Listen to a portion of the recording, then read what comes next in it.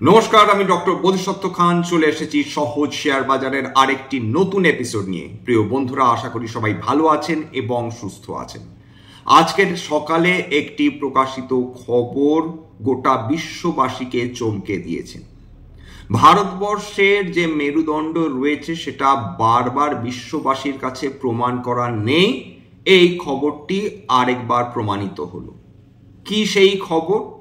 সেই খবরটি হলো প্যালেস্তাইন, ফ্রি প্যালেস্তাইন এর পক্ষে ভারতবর্ষ ভোট দিয়েছে। এর আগে 4 দফা এরকম ভোটাভুটির একটা ব্যবস্থা করা হয়েছিল, সেখানে ভারতবর্ষ নিজেদের সরিয়ে রেখেছিল, অর্থাৎ রিফ্রেন করেছিল, যার জন্য ভারতবর্ষকে নিঃসন্দেহে সমালোচনার মুখে পড়তে হয়েছিল।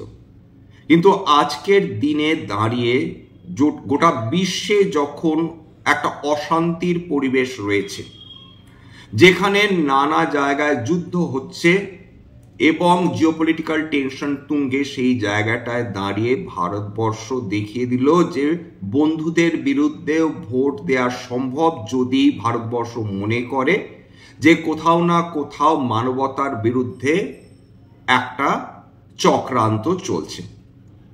কার বিরুদ্ধে ভোট দিয়েছে ভারতবর্ষ? ইসরায়েলের বিরুদ্ধে ভোট দিয়েছে ভারতবর্ষ। এখানে কার্যত তাদের অবস্থান স্পষ্ট করে দিয়েছে। ভারতবর্ষ যে কোনো একটি নির্দিষ্ট দেশের পক্ষে নয় এবং অতি স্বচ্ছন্দে বিভিন্ন গ্রুপে তারা ঘোরাফেরা করতে পারে, যেটি বিশ্বের একটি মাত্র দেশই পারে, এবং সেটা ভারতবর্ষ। অর্থাৎ ভারতবর্ষ একই সঙ্গে কোয়াডে থাকতে পারে, ব্রিক্সে থাকতে পারে, রিকে থাকতে পারে। আমেরিকার সঙ্গেও সম্পর্ক নষ্ট না করেও রাশিয়ার সঙ্গে সম্পর্ক চূড়ান্ত পর্যায়ে নিয়ে যেতে পারে, চীনের সঙ্গেও সম্পর্ক উন্নতি করার চেষ্টা করতে পারে। যে ইসরায়েল ভারতবর্ষের one of the strongest allies বা বন্ধু, সেই ইসরায়েলের বিরুদ্ধে ভোট দিয়ে ভারতবর্ষ প্রমাণ করছে যে ভারতবর্ষ মানবতার পক্ষে রয়েছে। সেক্ষেত্রে বন্ধুরা ভুল করলে ভারতবর্ষের দায়িত্ব সেটা সংশোধন করে দেওয়ার। ভারতবর্ষের ভোট ফ্রি প্যালেস্তাইনের পক্ষে, অর্থাৎ যে 2 নেশনস বা যে 2 স্টেট থিওরি নিয়ে এত বছর বিশ্ববাসী কাজ করছে বা যেটা বিশ্ববাসী চাইছে, অর্থাৎ প্যালেস্তাইন একটি স্বাধীন দেশ হিসাবে যাতে বিশ্ব মানচিত্রে আসতে পারে, তার জন্য বিশ্বের অধিকাংশ দেশ তারা সেই সপক্ষে ভোট দিয়েছে। ভারতবর্ষ এই 142টা দেশের মধ্যে অন্যতম। কটা দেশ বিরুদ্ধে ভোট দিয়েছে? 10টি দেশ। এর মধ্যে 4টি উল্লেখযোগ্য দেশ রয়েছে, বাকি অত্যন্ত ছোট ছোট কয়েকটা দ্বীপ, সেগুলোর নাম দিচ্ছি না। কারা বিরুদ্ধে ভোট দিয়েছে? ইউনাইটেড স্টেটস অফ আমেরিকা, অর্থাৎ তারা ফ্রি প্যালেস্টাইন চায় না। ইসরায়েল স্বাভাবিকভাবেই তারা ফ্রি প্যালেস্টাইন চায় না। এছাড়া আর্জেন্টিনা এবং হাঙ্গেরি। বিশ্বের বাকি 142টা দেশই এই ফ্রি প্যালেস্তাইনের পক্ষে বা 2 নেশন স্টেটের পক্ষে ভোট দিয়েছে। যারা ভোট দেয়নি তার মধ্যে 12টি দেশ রয়েছে। এটা কি গুরুত্বপূর্ণ?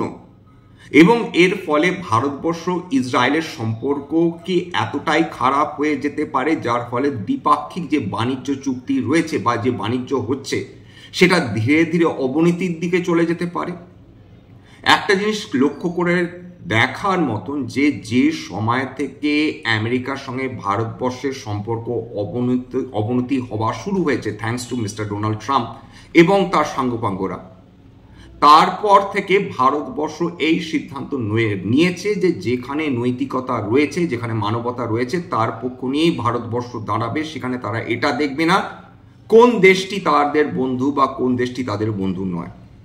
ইসরায়েল কি রিটালিয়েট করেছে? উত্তর হচ্ছে অবশ্যই করেছে, সঙ্গে সঙ্গে করেছে। ইসরায়েলের ইউনাইটেড নেশনসে যিনি রিপ্রেজেন্টেটিভ, তিনি পাকিস্তানের কাছে ক্ষমা প্রার্থনা করেছেন। আনইউজুয়াল, তাই তো? কিন্তু এইটা এক ধরনের ইসরায়েলের কূটনৈতিক চাল বলতে পারেন, ভারতবর্ষকে চাপে রাখার জন্য। অর্থাৎ তুমি আমাদের বিরুদ্ধে ভোট দিয়েছ, সুতরাং তোমাদের বন্ধু দেশকে আমরা সমর্থন করব। এটা চলতেই থাকবে। ইসরায়েল আজকে পাকিস্তানের যিনি রিপ্রেজেন্টেটিভ তার কাছে ক্ষমা প্রার্থনা করেছেন তার বক্তব্যের কিছু অংশের জন্য। ভাবা যায় ইসরায়েল পাকিস্তানের কাছে ক্ষমা প্রার্থনা করছে, কিন্তু আজকে ভারতবর্ষ তাদের অবস্থান ক্লিয়ার করে দেওয়ার ফলে ভারতবর্ষের পক্ষে এটা একটা নৈতিক জয় কেবল হলো না, বিশ্বের বিভিন্ন দেশ ভারতবর্ষকে আলাদা সমীহের চোখে দেখতে শুরু করবে, এ ব্যাপারে তো কোনো সন্দেহই নেই। এবং বিশ্ববাসী এটাও এখন বুঝতে পেরেছে যে ভারতবর্ষ এমন একটি নিউট্রাল দেশ যে ইচ্ছে করলে যে সিদ্ধান্তগুলো নেবে সেটা কখনোই মানবতার বিরুদ্ধে যাবে না। এইটা ভারতবর্ষের ক্ষেত্রে আজকের অত্যন্ত গুরুত্বপূর্ণ একটা স্টান্স ছিল। এই যে ভোট, অর্থাৎ ফ্রি প্যালেস্তাইনের পক্ষে যে ভোটটা গিয়েছে, তার ফলে ইসরায়েলের কোনো ক্ষতি হবে? মজার ব্যাপার হচ্ছে এটা একটা নন বাইন্ডিং ভোট, অর্থাৎ এর ফলে যতই ভোটাভুটি হোক না কেন এটা এক ধরনের সমর্থন প্রকাশ করে প্যালেস্তাইন স্টেটের জন্য, কিন্তু তাতে ইসরায়েলের আলাদা কোনো ক্ষতি হওয়ার সম্ভাবনা নেই, কারণ ইসরায়েল সেটা মানতে বাধ্য নয়।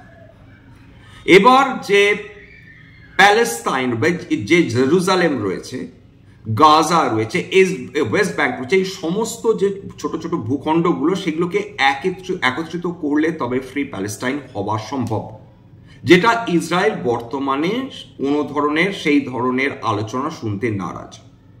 এটা ঘটনা যে ইউনাইটেড নেশনস একতরফা বক্তব্য রাখেনি, তারা স্পষ্ট করে দিয়েছে যে হামাস যে 7ই অগস্ট 2023-এ নারকীয় যে হত্যাকাণ্ড চালিয়েছিল ইসরায়েলিদের বিরুদ্ধে, 1200 লোক মারা গিয়েছিল, 250 লোককে তারা পণবন্দি করে ফেলেছিল, এখনো তাদের সবাইকে ছাড়েনি, সেটা একটি নিন্দা করার মতন ঘটনা এবং স্পষ্টত ইউনাইটেড নেশনস এক বাক্যে এটা অ্যাকসেপ্ট করেছে। কিন্তু তার সঙ্গে সঙ্গে ইউনাইটেড নেশনস, যার অংশ ডেফিনেটলি ভারতবর্ষ এবং ইন্টিগ্রাল পার্ট, তারা বলেছেন এর সঙ্গে সঙ্গে আমরা পাশাপাশি যদি ইসরায়েলি বাহিনীর যদি কর্মকাণ্ড দেখি গাজাতে, সেখানে 60,000-এর বেশি মানুষকে, তার মধ্যে বৃদ্ধ রয়েছে, শিশু রয়েছে, নারী রয়েছে, 60,000 নিরীহ মানুষের প্রাণ গিয়েছে, হত্যা করা হয়েছে তাদেরকে, গণহত্যা করা হয়েছে তাদেরকে। এটা কারা বলছেন? এটা ইউনাইটেড নেশনসের সমস্ত সদস্য দেশ এই বক্তব্যটি রাখছেন এবং তারা বলছেন ইমিডিয়েটলি যেটা করা দরকার, এই যুদ্ধ বন্ধ করুন, সফট টার্গেট হিসাবে সাধারণ নাগরিকদের বন্ধ করুন। 10 লক্ষ মানুষের বসবাস প্যালেস্টাইনে, যদি ইসরায়েল মনে করে থাকেন যে তাদেরকে এলিমিনেট করবেন, এথনিক ক্লিনজিং করবেন, তাহলে সেক্ষেত্রে তারা ভুল করছেন। প্যালেস্টাইনের যারা বাসিন্দা তারা বলে দিয়েছেন মরে যাব কিন্তু প্যালেস্টাইন ছাড়বো না। অর্থাৎ খুব গুরুত্বপূর্ণ একটা স্টেটমেন্ট। এবং 142টা দেশ বিশ্বে যদি একসঙ্গে সমর্থন করে, এই পিসের কথা, শান্তির কথা বলে, স্টেবিলিটির কথা বলে, 2 নেশন থিওরির কথা বলে, এবং মাত্র 10টা কি 12টা দেশ তার বিরুদ্ধে কথা বলে, তার মানে ডেফিনেটলি কোথাও না কোথাও ইসরায়েল তো গন্ডগোল পাকাচ্ছে, এটা তো অস্বীকার করা যায় না। ভারতবর্ষের ভোট তাদের বিরুদ্ধে যাওয়া, এটা কিন্তু একটা স্বাক্ষরিত দলিল বলা চলে। এইবার এই রেজলিউশনটা কারা নিয়েছিল, কারা বলেছিল এরকম একটা ভোটাভুটি হোক? এটা নিয়েছিল ফ্রান্স। এবং এটা মোটেই আশ্চর্যের ব্যাপার না যে ভারতবর্ষ আজকের ইসরায়েলের বিরুদ্ধে ভোট দিয়েছে। লং টার্ম ইমপ্লিকেশনস নিয়ে আজকে একটু আলোচনা করবো, অর্থাৎ ব্যবসার উপর কিছু এফেক্ট পড়তে পারে কিনা সেটা নিয়ে আলোচনা করব। খুব ক্ষুদ্রভাবে শুরু হয়েছিল ভারত ইসরায়েল ব্যবসা, খুব ক্ষুদ্র, কয়েক মিলিয়ন ডলার থেকে।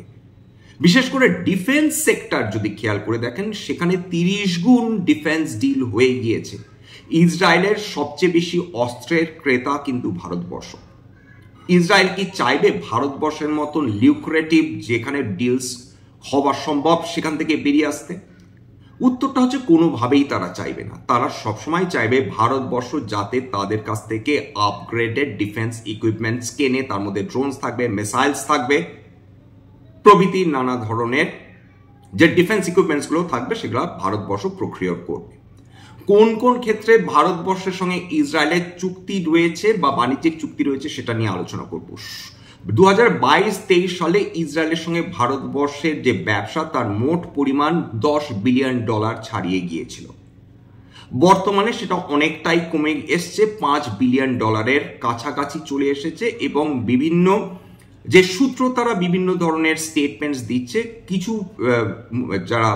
কিছু যদি আপনারা ওয়েবসাইটস বলেন বা নিউজ মিডিয়া বলেন, তারা বলছেন ব্যালেন্স অফ ট্রেড ভারতবর্ষের পক্ষে রয়েছে। কিছু যেমন ইসরায়েল বলুন বা অন্যান্য যেগুলো মধ্যপ্রাচ্যের কিছু দেশের সংবাদপত্র বলুন, তারা বলছে যে ব্যালেন্স অফ ট্রেড ইসরায়েলের পক্ষে রয়েছে। সেটা গুরুত্বপূর্ণ না, গুরুত্বপূর্ণ হচ্ছে যে ভারতবর্ষের কোন কোন কোম্পানি ইসরায়েলে বিনিয়োগ করছে এবং ব্যবসা করছে, ইসরায়েলের কোম্পানিরা ভারতবর্ষে বিনিয়োগ করছে কিনা, অর্থাৎ ফরেন ডিরেক্ট ইনভেস্টমেন্ট ইসরায়েলের তরফ থেকে ভারতবর্ষে রয়েছে কিনা। এখানে এফআইআই আর এফডিআই এর মধ্যে এটাই পার্থক্য যে এফআইআইসরা যখনই লাভ পায় তারা তাদের লাভাংশ তুলে নেওয়ার জন্য শেয়ার বিক্রি করে তারা চলে যায়, যেখানে কম দামে তারা শেয়ার পাবে সেখানে চলে যায়। ফরেন ডিরেক্ট ইনভেস্টমেন্ট সেটা করে না, এরা অত্যন্ত দীর্ঘ সময়ের জন্য খেলোয়াড়। এরা 10 বছর 15 বছর 20 বছর ধরে একটা জায়গায় তারা নিজেদের ব্যবসা তৈরি করে, বিল্ডিং তারা পারচেস করে, ইকুইপমেন্টস পারচেস করে, মেশিনারি পারচেস করে, লোকাল রিক্রুটমেন্টস করে। এরকম ইসরায়েলি বহু কোম্পানি এই মুহূর্তে প্রায় 200-র ওপর ইসরায়েলি কোম্পানি ভারতবর্ষে অপারেট করছে।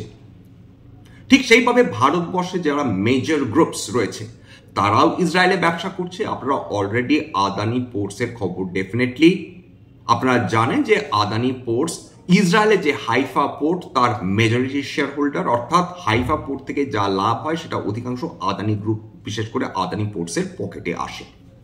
এছাড়া অন্যান্য গ্রুপসগুলো নিয়ে আলোচনা করব এবং কোন কোন সেক্টরে এই ধরনের ব্যবসা করছে ভারতীয় কোম্পানিগুলো সেগুলো নিয়ে একটু আলোচনা করব। ভারতবর্ষের মূল ব্যবসা ইসরায়েলের সঙ্গে ডায়মন্ড জুয়েলারি 1 নম্বর, 2 নম্বর হচ্ছে কৃষি অর্থাৎ এগ্রিকালচারাল প্রোডাক্টসের ক্ষেত্রে, 3 নম্বর ডিফেন্স ইকুইপমেন্টসের ক্ষেত্রে, এই তিনটে অত্যন্ত, এবং 4 নম্বর ফার্মা। ইসরায়েলের যে তেভা যে কোম্পানি রয়েছে বিশ্বের অন্যতম বড় ফার্মাসিউটিক্যাল কোম্পানি, তারা ভারতবর্ষে বিস্তর তারা ইনভেস্টমেন্ট করে রেখে দিয়েছে। এইবার খেয়াল করে দেখি যে তাহলে আজকের এই আলোচনাটা যে কেন ভারতবর্ষ চট করে ক্ষতিগ্রস্ত হবে না বা ভারতবর্ষের ডিল চট করে ক্ষতিগ্রস্ত হবে না। কারণ উভয় দেশের মধ্যেই অলরেডি অর্থনৈতিক সংক্রান্ত বা নিরাপত্তা সংক্রান্ত যে সম্পর্ক রয়েছে সেটা অত্যন্ত গভীর। সুতরাং সেখানে ডিফেন্স, ইনভেস্টমেন্ট, প্রযুক্তি সব জায়গাটাই পরস্পরের উপর এমনভাবে নির্ভরশীল যে কেবলমাত্র একটা ভোটের জন্য তার পরস্পরের এই সম্পর্কটা থেকে বেরিয়ে আসবে এরকম খুব ডিফিকাল্ট হবে না। তার কারণ ইসরায়েল জানে তাদের হাতে গোনা কয়েকজন বন্ধু রয়েছে, তার মধ্যে ভারতবর্ষ একজন, এবং ভারতবর্ষ একজন নিউট্রাল বন্ধু। সুতরাং ভারতবর্ষকে সঙ্গে সম্পর্ক মানে খারাপ করা মানে বিশ্বের অধিকাংশ দেশের সঙ্গে তারা সম্পর্ক খারাপ করে রেখেছে। এক্ষেত্রে ভারতবর্ষ যদি হাত থেকে বেরিয়ে যায় তারা বিপদে পড়বে, নেগোশিয়েটিং টেবিলে তাদের পক্ষে কথা বলার মতন কেউ থাকবে না। সুতরাং এটা তারা করবে না। 2 নম্বর তো অলরেডি বলে দিচ্ছি, এটা একটা নন বাইন্ডিং ভোট। প্রাথমিকভাবে রাজনৈতিকভাবে একটা কথা কাটাকাটি হতে পারে, এই পক্ষ মানে তারা পক্ষে কথা বলবে, এই পক্ষ বিপক্ষে কথা বলবে, এরকম হতে পারে, কথার আদান প্রদান হতে পারে, তার বেশি কিছু হওয়ার সম্ভাবনা কম। এবং এটি নির্দিষ্ট উদ্দেশ্য নিয়ে কিন্তু এই অর্থনৈতিক লেনদেন হচ্ছে, তার মধ্যে অস্ত্র, ডিফেন্স, হার্ডওয়্যার প্রযুক্তি রয়েছে। সুতরাং প্রত্যেকটা দেশের নিজস্ব কৌশল থাকে, কূটনৈতিক কৌশল থাকে। ইসরায়েলের সঙ্গে ভারতবর্ষ সম্পর্ক খারাপ ডেফিনেটলি করবে না, ইসরায়েলও একইভাবে ভারতবর্ষের সঙ্গে সম্পর্ক খারাপ করতে চাইবে না। কূটনৈতিক বিবৃতি সেটা চালাচালি হতেই থাকবে। ক্ষতি কোথায় কোথায় হতে পারে, যে সম্ভাব্য যে প্রতিক্রিয়া দেওয়ার ব্যাপারটা, অর্থাৎ ইসরায়েল কিছু জলদি প্রতিক্রিয়া দিল, ভারতবর্ষ তার স্বভাব অনুযায়ী তারা মুখে কিছু বলবে না, কিন্তু অন্যভাবে তারা ইসরায়েলকে তাদের সম্পূর্ণ যে সমর্থন সেটা ডেফিনেটলি দেবে না। এটা সাময়িকভাবে থাকতে পারে এবং হয়তো কিছু কিছু ক্ষেত্রে, কিছু পণ্যের ক্ষেত্রে কিছু রেস্ট্রিকশনস আসতে পারে, কিন্তু সেটা খুব ফারফেচেড আইডিয়া, সেটা হওয়ার সম্ভাবনাই কম। সুতরাং সবসময় আমাদের কি কি দেখতে হবে ফ্যাক্ট চেক করার জন্য, মিনিস্ট্রি অফ এক্সটার্নাল অ্যাফেয়ার্স কোনো স্টেটমেন্ট দিচ্ছেন কিনা, কোনো নির্দেশিকা জারি করছেন কিনা ইসরায়েল সংক্রান্ত, 1 নম্বর। 2 নম্বর, যদি ইসরায়েলের পররাষ্ট্র বা বাণিজ্যিক মন্ত্রণালয়ের তরফ থেকে কোনো সতর্কতা জারি করা হয় কিনা, বিশেষ করে ভারত সংক্রান্ত যদি কোনো ব্যাপার থাকে তো এটা নজর রাখতে হবে। ব্যাংকিং বা বড় কর্পোরেট লেভেলে কোনো চুক্তি বাতিল হচ্ছে কিনা বা স্থগিত রাখা হচ্ছে কিনা সেটা দেখতে হবে। আমার মনে হয় না এরকম হওয়ার সম্ভাবনা খুব বেশি রয়েছে। এবং সামনের কয়েক সপ্তাহের মধ্যেই দেখবেন যে দুটো দেশ পরস্পর উচ্চ পর্যায়ের একটা ভিজিট হওয়ার সম্ভাবনা থাকবে, কারণ এই ধরনের যে ডিফারেন্সেসগুলো তৈরি হয় সেটাকে স্মুথেন আউট করার জন্য কিন্তু পরস্পরের আধিকারিকরা নিজেদের মানে বিভিন্ন দেশে তারা যাতায়াত শুরু করেন। সেটা হবে কিনা বা সেক্ষেত্রে কোনো বাতিল হচ্ছে কিনা এই ধরনের আলোচনা যে সম্প্রতিকালে ভারত আমেরিকার ট্রেড চুক্তির ক্ষেত্রে হলো, সেটা আপাতত হবে কিনা সেটা দেখা যেতে পারে। কিন্তু এইবার চলে আসি যে কোন কোন সেক্টরে স্পষ্টভাবে ভারতবর্ষ ইনভলভ রয়েছে। আবার বলছি, ভারতবর্ষ ইসরায়েল থেকে বিশ্বের সবচেয়ে বেশি অস্ত্র বা ডিফেন্স ইকুইপমেন্টস ইসরায়েল থেকে যারা আমদানি করে থাকে সেটা Bharatvarsha. Drone, air defence systems, missiles, রাডার্স এবং সাইবার সিকিউরিটি, এই সব ক্ষেত্রে বিশ্বের অন্যতম সেরা কিন্তু ইসরায়েল। ভারতের কোন কোন কোম্পানি ইনভলভ রয়েছে ইসরায়েলের সঙ্গে যারা কাজ করছে? ভারত ইলেকট্রনিক্স লিমিটেড, বেল যৌথভাবে এয়ার ডিফেন্স রাডার তৈরি করে। ভারত ডিনামিক্স লিমিটেড এরা মিসাইল সিস্টেম তারা তৈরি করছে ইসরায়েলের সহযোগিতায়, এবং আদানি ডিফেন্স এবং এরোস্পেস এটা আনলিস্টেড কোম্পানি আদানি এন্টারপ্রাইজেসের অংশ। এটা ড্রোন এবং ইলেকট্রনিক্স ওয়্যারফেয়ারে এরা পার্টনারশিপ করছে। এইবার হিরে এবং রত্ন, খুব ইন্টারেস্টিং। ইসরায়েল কিন্তু বিশাল বড় একটা এক্সপোর্ট হাব, কিসের? গোল্ড, ডায়মন্ড কাটিং এবং পলিশিং। এবং ভারতবর্ষেও ডেফিনেটলি বিশ্বের সবচেয়ে বড় এই ধরনের ডায়মন্ড কাটিং পলিশিং যেটা কেন্দ্র রয়েছে সেটা সুরাট এবং মুম্বাইতে। কোন কোন ভারতীয় কোম্পানি ইসরায়েলে অপারেট করছে? রাজেশ এক্সপোর্টস, কল্যাণ জুয়েলার্স, পিসি জুয়েলার্স প্রভৃতি, এবং ছোট বড় মাঝারি এক্সপোর্টার্স। যদি সম্পর্ক খুব টানাটানি যায় সেক্ষেত্রে যেটা হতে পারে খুব স্বাভাবিকভাবে হিরে ট্রেডে এক ধরনের ট্যারিফ ইম্পোজ করতে পারে দুটো দেশ পরস্পরের উপর। কৃষি প্রযুক্তি, সারপ্রাইজিংলি ইসরায়েল এই ক্ষেত্রে বিশ্বের 1 নম্বর বলা যেতে পারে এগ্রিকালচারাল টেকনোলজি এবং ইরিগেশন, সেচের ক্ষেত্রে। এবং সেক্ষেত্রে তারা ডিপ ইরিগেশন যে তাদের প্রযুক্তি রয়েছে, ওয়াটার ম্যানেজমেন্ট যে প্রযুক্তি রয়েছে, সেক্ষেত্রেও তারা বিশ্ব নেতা বলা যেতে পারে। ভারতবর্ষ ইসরায়েলের এই প্রযুক্তি ব্যবহার করে চলেছে। এবং এক্ষেত্রে কারা কাজ করছে? Gen irrigation systems, Netafim India, এটা নেটাফিম ইসরায়েলি একটা কোম্পানির সাবসিডিয়ারি, সেটা ভারতবর্ষে অপারেট করে। কেন করছে? কারণ খুব স্বাভাবিকভাবে কৃষিক্ষেত্রে এই দুটো দেশই পরস্পরের পরিপূরক, একজন আরেকজনকে হেল্প করে চলেছে। টেকনোলজি এবং স্টার্ট আপ এক্ষেত্রে ভারতবর্ষ এবং ইসরায়েল তুল্যমূল্য, অর্থাৎ দুটোই বিশ্বের সেরা। Cyber security, semiconductors, artificial intelligence, ইসরায়েলের সাইবার সিকিউরিটি কিন্তু দুর্দান্ত। টেক স্টার্ট আপ এবং ইসরায়েলের সাইবার সিকিউরিটি যে সেক্টর রয়েছে এবং টেক যে স্টার্ট আপস রয়েছে, সেখানে ভারতবর্ষের বড় বড় আইটি কোম্পানিগুলো কিন্তু অ্যাক্টিভলি বিনিয়োগ করছে। কারা রয়েছে? টিসিএস রয়েছে, ইনফোসিস রয়েছে, উইপ্রো, টেক মাহিন্দ্রা প্রভৃতি কোম্পানি, তারা এই ধরনের স্টার্ট আপস বা সাইবার সিকিউরিটি ইনভেস্ট করছে ইসরায়েলে। এছাড়া কেন্স টেকনোলজি, টাটা এলেক্সাই, এরা ইলেকট্রনিক্স চিপ ডিজাইন সংক্রান্ত পার্টনারশিপ তারা করতে পারে, করবে এরকম কোনো সম্ভাবনা নেই, এটা বিশেষজ্ঞরা বলছেন। 5 নম্বর ফার্মা এবং কেমিক্যালস, টেভা ফার্মাসিউটিক্যালস নিয়ে কাজ করেছে। এরা অ্যাক্টিভলি ভারতবর্ষে বিভিন্ন ধরনের কর্মকাণ্ডের সঙ্গে যুক্ত। ভারতীয় কোম্পানিগুলোর মধ্যে কোনগুলো রয়েছে যারা ইসরায়েলে কাজ করছে? Sun Pharma, Doctor Reddy's, Lupin, large cap companies ভারতবর্ষে তথা বিশ্বের অন্যতম সেরা কোম্পানি এরা। গ্লোবাল, যেহেতু ভারতবর্ষ গ্লোবাল ফার্মা চেনে অত্যন্ত শক্তিশালী একটা পার্টনার, তাই সরাসরি ঝুঁকি কম রয়েছে। এছাড়া 6 নম্বর এনার্জি, সোলার, দুটোই রিনিউয়েবল এনার্জি সেক্টরে। এর ক্ষেত্রেও ইসরায়েল 1 নম্বর, চায়নাকে বাদ দিয়ে। ভারতের যে বিভিন্ন কোম্পানিজ রয়েছে সোলার কোম্পানি, তার মধ্যে আদানি গ্রিন এনার্জি রয়েছে, টাটা পাওয়ার রিনিউয়েবলস রয়েছে, এরা কিন্তু ইসরায়েলি টেকনোলজির সাহায্য নিয়ে থাকে।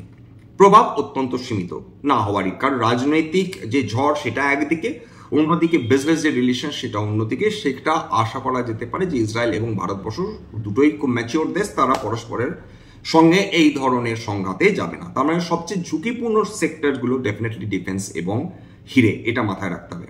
মাঝারি তো রিস্ক থাকবে আইটি, স্টার্ট আপস, কৃষিতে যে টেকনোলজিজ ইউজ করা হয়, আর একদমই কম এটা ফার্মা এবং বিশেষ করে রিনিউয়েবল এনার্জি সেক্টর। এইবার যদি কোনো কারণে ধরে নিই যে ইসরায়েল মারাত্মক অসন্তুষ্ট হচ্ছে, সেক্ষেত্রে ডিফেন্স সেক্টর কিছুটা প্রভাবিত হতে পারে, পুরোপুরি প্রভাবিত হওয়ার সম্ভাবনাটা কম রয়েছে। কারণ আবার বলছি, ইসরায়েল মারাত্মকভাবে কিন্তু ডিপেন্ডেন্ট কেবল ইউনাইটেড স্টেটসের উপর না, ভারতবর্ষের উপর বটেই। এত বড় একটা মার্কেট তারা কেবলমাত্র একটি ভোটের কারণে তারা ছেড়ে দিয়ে চলে যাবে, এটা কোনো ক্যাপিটালিস্ট দেশ করবে না। এইবার তাহলে চলে আসি হচ্ছে সবার শেষে, যে এই মুহূর্তে মারাত্মক কোনো ক্ষতি হওয়ার সম্ভাবনা কম রয়েছে। এই ধরনের প্রবলেমস ক্রপ আপ করবে। জিওপলিটিক্যাল টেনশন, জিওপলিটিক্যাল স্ট্র্যাটেজি তারই একটা অংশ। এই জিওপলিটিক্যাল যে টেনশনসগুলো এটা কোনোদিন বন্ধ হবে না, জন্মকাল ধরে চলে আসছে, এই ধরনের চলতে থাকবে। কিন্তু তার মধ্যে একটি দেশ কিভাবে নেগোশিয়েট করছে সেটা অনেক বেশি গুরুত্বপূর্ণ হয়ে ওঠে। যাই হোক, আজকে এখানে শেষ করব। আশা করি এই এপিসোডটা আপনাদের ভালো লেগেছে। স্ট্যান্ডার্ড ডিসক্লোজার যে কোম্পানিগুলো নিয়ে আলোচনা করলাম, হতে পারে তার মধ্যে কয়েকটা কোম্পানিতে আমার বা আমার পরিবারের বিনিয়োগ থাকলেও থাকতে পারে। ভবিষ্যতে যদি নতুন করে কিনি বা বিনিয়োগ করি, আগাম বিজ্ঞপ্তি দিয়ে কিনতে বা বিক্রি করতে পারবো না। স্ট্যান্ডার্ড ডিসক্লেমার, এটা কেবলমাত্র একটা এডুকেশনাল চ্যানেল। বাঙালি বিনিয়োগকারীদের ইনভেস্টর অ্যাওয়ারনেস বৃদ্ধির জন্য এখানে কোনো ধরনের কোনো শেয়ারের buy sell recommendation, suggestion, advice এমনকি ইনফ্লুয়েন্স করার প্রচেষ্টা নেই।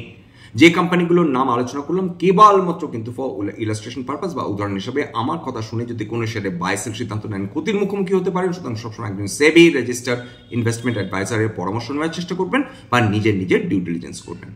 সবশেষে যেটা বলে থাকি, যদি এই ধরনের এপিসোড সত্যি মনে হয় আমাদের বাঙালি ভাই বোনদের জীবনে একটু মাত্র ভ্যালু অ্যাড করতে পারবে, একান্তভাবে অনুরোধ করবো প্লিজ শেয়ার করবেন, যাতে বহু বাঙালি বিনিয়োগকারীর কাছে পৌঁছে যায়।